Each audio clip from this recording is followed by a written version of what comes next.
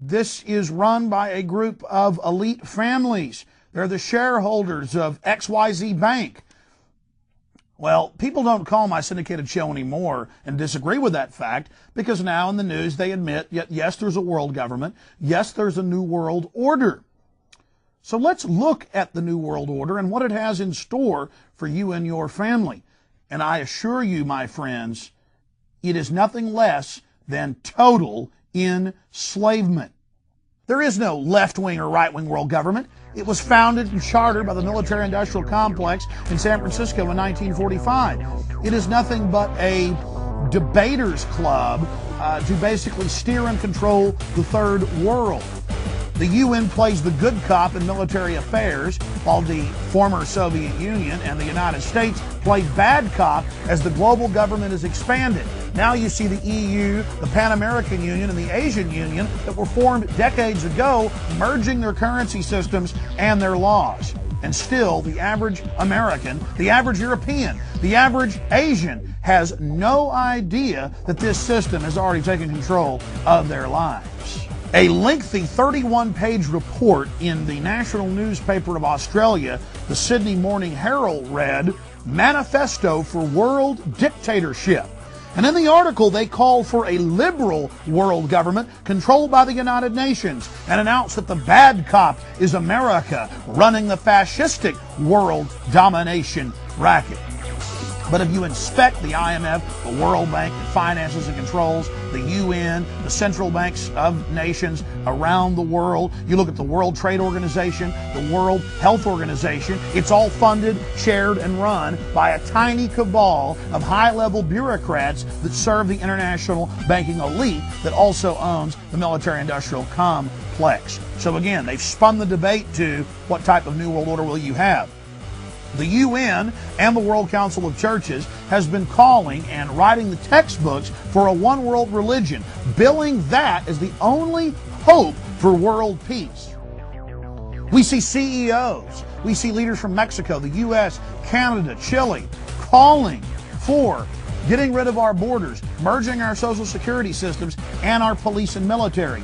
Deals have already been signed in late 2002 for, quote, Mexican and Canadian troops to deal with American terrorists and for peacekeeping. My friends, peacekeeping is the disarmament and enslavement of the people. The New World Order also allows European Union-controlled and financed corporations to buy up critical government services like waste, water, and electricity. Privatization isn't private at all. It is simply a partnership between select corporations that act more like organized crime rings or modern pirates allied with government, bringing you this tyranny. The Project for a New American Century, founded in 1997, was run by Dick Cheney, Jeb Bush, Wolfowitz, and of course Secretary of Defense Donald Rumsfeld.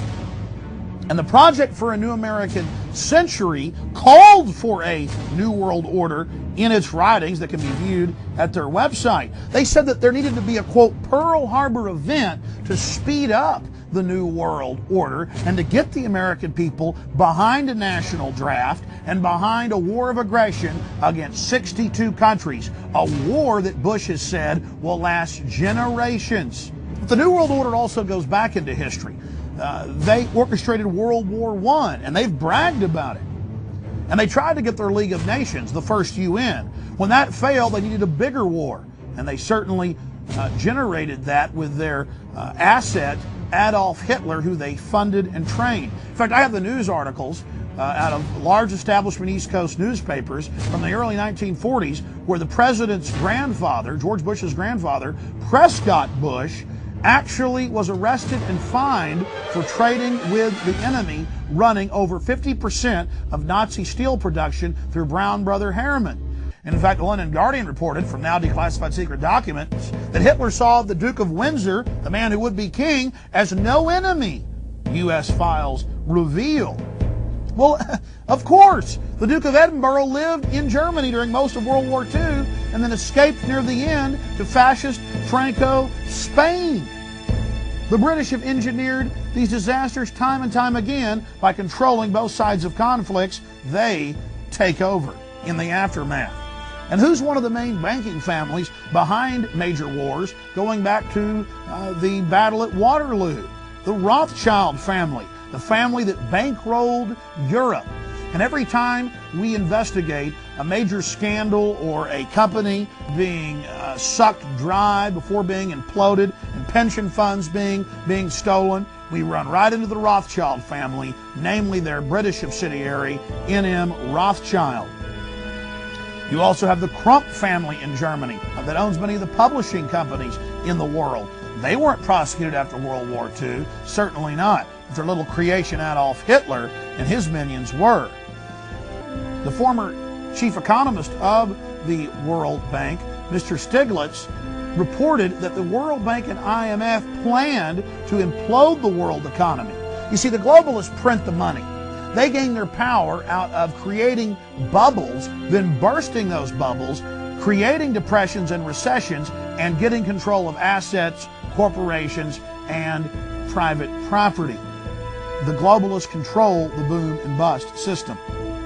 IMF unveils details of a plan for international bankruptcy system. What a scam. They go into third world countries, their documents show, pay off the leadership to not pay their debts, and then to sign over the natural resources and the population themselves, as well as their public lands, as collateral on a debt that the IMF and World Bank printed up off their printing presses at absolutely no cost to them. Think about the erosion of America's sovereignty. We have Mexico going to the Hague court to intervene on behalf of Mexicans on death row in the U.S. And guess what the World Court did? They told the U.S. Supreme Court to freeze Mexican executions. And guess what? The Supreme Court did exactly that. Ruth Bader Ginsburg said, "Oh, we definitely agree that you are the authority."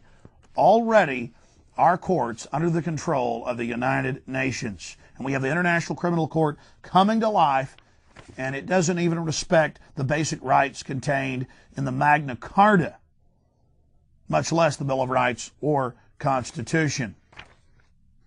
We have to learn to say no. If you want to put a stop to this, we have to educate the police. And one of the most important elements is getting control of our local governments, getting people elected, whether they're a Republican or a Democrat, who will simply say, no, we're not going to have black tanks driving around and helicopters looking through walls and police checkpoints with the military. We're not going to allow that because we've seen this escalation. And Americans have to learn to say no. They have to put their foot down and say, I have rights, and I'm going to stand on those constitutional rights. So the bottom line is, you're the Paul Revere's out there. If you don't get involved, if you don't get on the front lines, if you don't ring the alarm bells, then you're going to get what you deserve. You're going to get tyranny. So to everybody out there, it's not enough to just watch this show and get educated. You need to get involved yourself, and that starts with getting educated on your rights, educated on history, and then getting motivated, getting involved locally, at the state level, and at the federal level, and put your foot down.